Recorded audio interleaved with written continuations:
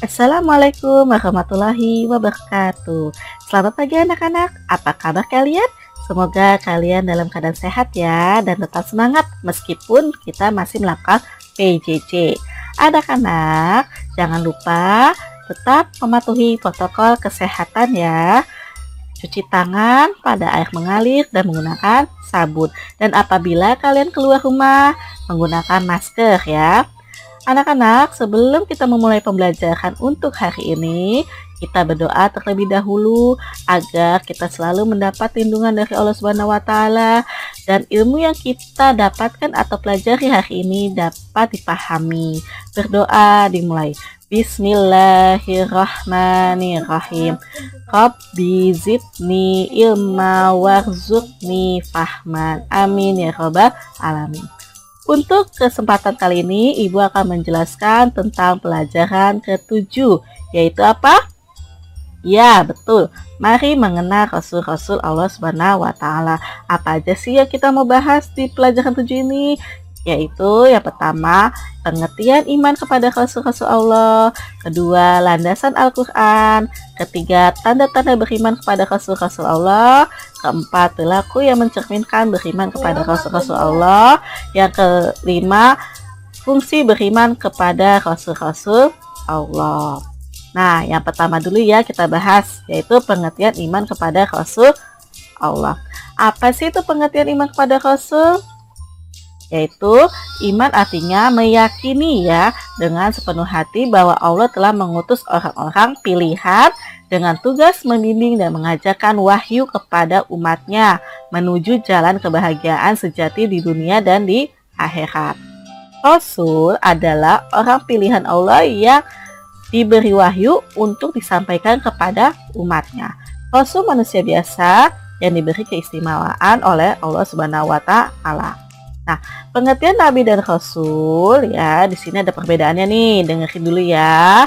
Simak.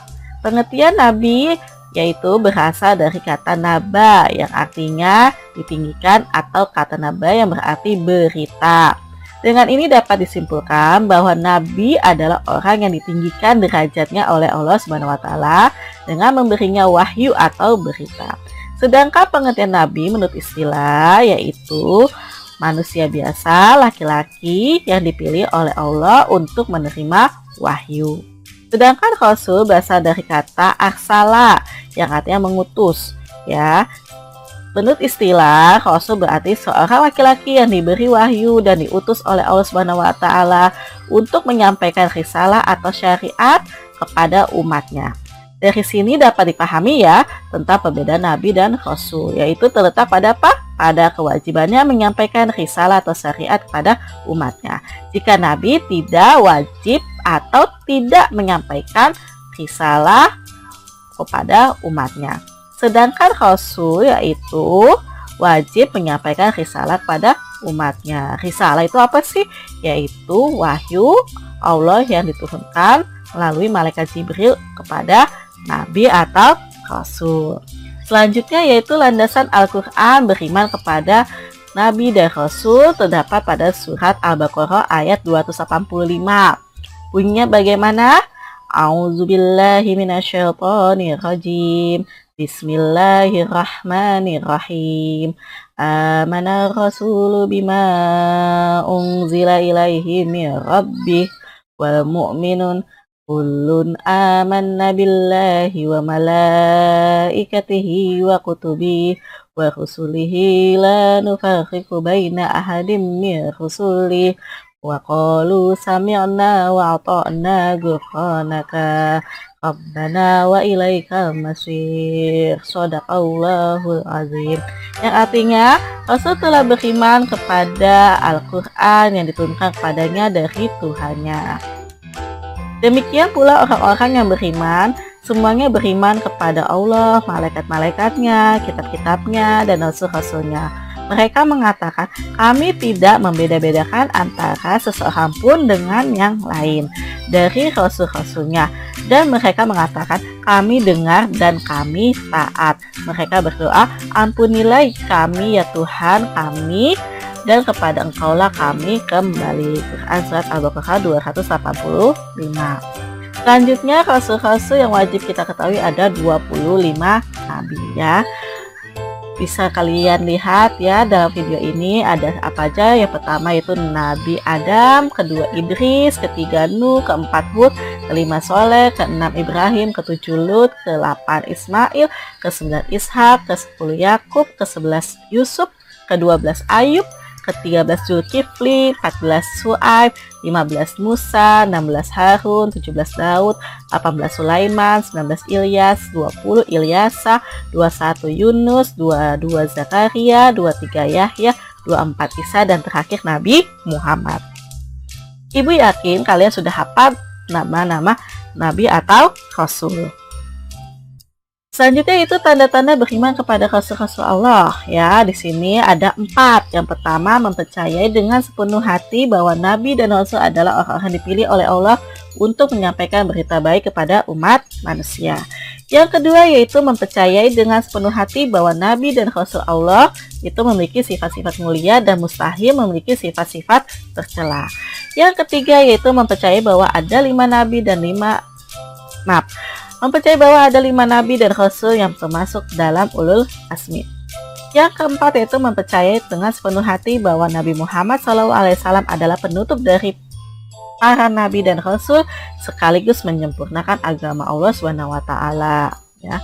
Nah, sifat-sifat nabi dan rasul itu ada 2 yaitu sifat wajib dan sifat mustahil. Sifat wajib ada 4, sedangkan sifat mustahil juga ada 4. Yang pertama yaitu kita bahas sifat wajib ya. Sifat wajib ini yang pertama yaitu ada sidik yang artinya benar atau jujur, yang kedua fatona artinya cerdas, yang ketiga amanah dapat dipercaya, yang keempat tablik menyampaikan.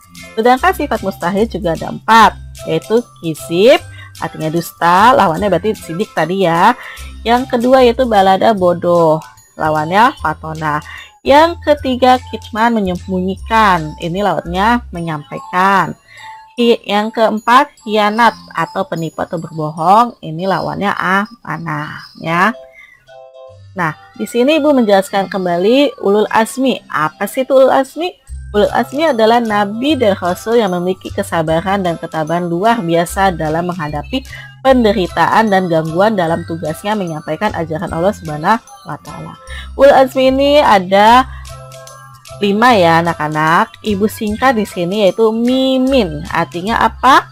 Yang pertama M itu Muhammad, kedua I Isa, yang ketiga M Musa, yang keempat I Ibrahim, yang kelima Nuh. Jadi ibu singkat Mimin biar kalian cepat menghafal ya. Selanjutnya di sini ada perilaku yang mencerminkan beriman kepada Rasul Allah SWT. Apa sih perilakunya? Yang pertama, ibadah. Yang kedua, dalam bekerja dan mencari penghasilan. Yang ketiga, dalam perjuangan menegakkan amar ma'ruf dan nahi mungkar.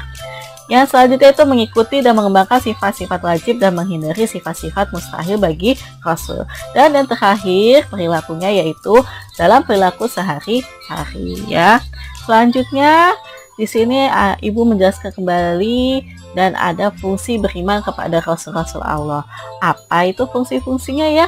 Fungsi beriman kepada Rasul itu untuk apa? Ya, yaitu pertama sebagai perantara atau wasilah untuk memperoleh ajaran yang benar berdasarkan wahyu yang diturunkan oleh Allah Subhanahu wa taala. Selanjutnya sebagai langkah berhati-hati dalam bertindak. Dan yang terakhir yaitu sebagai suri tauladan. Sekian penjelasan Ibu pelajaran ke-7 ini, semoga kalian dapat pahami ya dan dapat diterapkan sifat wajib Nabi atau Rasul dan menjauhi sifat mustahil bagi Nabi dan Rasul. Wabillahi taufiq wal hidayah. Wassalamualaikum warahmatullahi wabarakatuh.